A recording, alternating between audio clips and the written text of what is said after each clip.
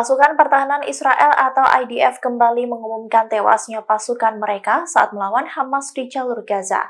Terbaru, pasukan cadangan IDF kembali menjadi korban tewas untuk kesekian kalinya. Beberapa pasukan cadangan pun tewas di beberapa tempat di Gaza.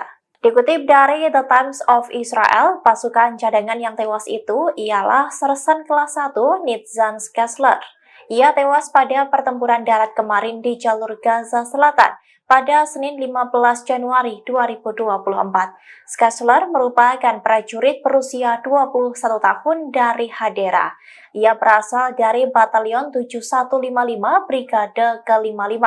Selain Kessler, tentara cadangan lain di batalion yang sama juga terbunuh. Namun, seorang tentara tersebut tewas dalam insiden yang terpisah. Kemudian, seorang prajurit di Batalion 603 Korps Teknik Tempur juga terluka parah dalam pertempuran di Gaza Selatan. Tewasnya beberapa tentara cadangan itu pun menambah jumlah korban tewas dalam serangan darat di Israel terhadap Hamas menjadi 189 prajurit. Download Tribun X sekarang, menghadirkan lokal menjadi Indonesia.